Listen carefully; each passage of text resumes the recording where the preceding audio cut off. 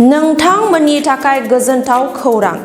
क'क्राझार नोगोरनि district institute of education and training एबा डाइटनि साखाथियाव थानाय Gurudev Kalicharan institute of training and मेनेजमेन्टआ आसाम सरकारनि SCBT जों गनायथि मोननाय माखासे ITI कर्स नोंथांमोननो लानानै फैदों।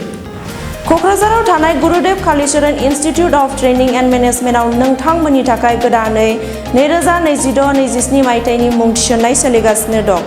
बेफोर मुं थिसननायनि आयदाफोरा जादों SCBT course electrician, computer operator and programming assistant, SCBT course draftsman आरो रेडिय'ल'जी टेकनिशियान। लोगोसे बेफोर डिप्ल'माखौ लाखांनायनि उनाव सरकारि आरो प्राइभेट साख्रि लानायनि सुबिदा दं। जुदि नोंथांमोना बेफोर कर्सनि थाखाय गोदानै मुं थिसननो गोसो दङब्ला थाबैनो सुलाद लादो Gurudev Kalicharan institute of training and मेनेजमेन्टनि नैबे 9864770127 जानबुं नङाव थोंजों सुलाद लाहरनो हागोन।